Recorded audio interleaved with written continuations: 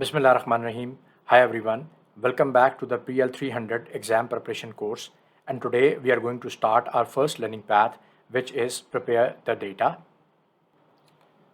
So in the last video, we saw that the first section within this learning path, prepare the data, is get data from data sources. So this video is about the first topic, which is identify and connect to a data source.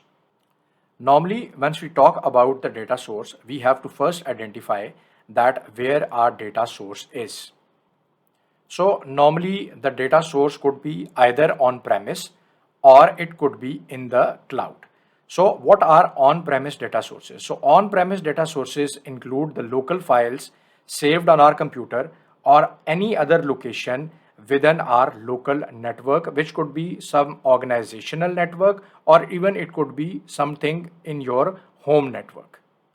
If the data is not in the on-premise network, then it must be on the cloud, and we could have files, databases stored in the cloud, so we could have the data source in the cloud as well.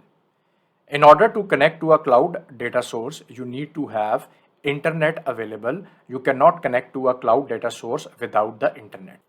Other than on-premise and cloud data sources, some data sources could just require a web connection as they are based on a website. So there could be certain data sources which represent social media handles or certain websites in which data is embedded. So these are a kind of a third area where we have the data source. So here in this video, we are going to connect to a CSV and Excel file which are present on an on-premise network.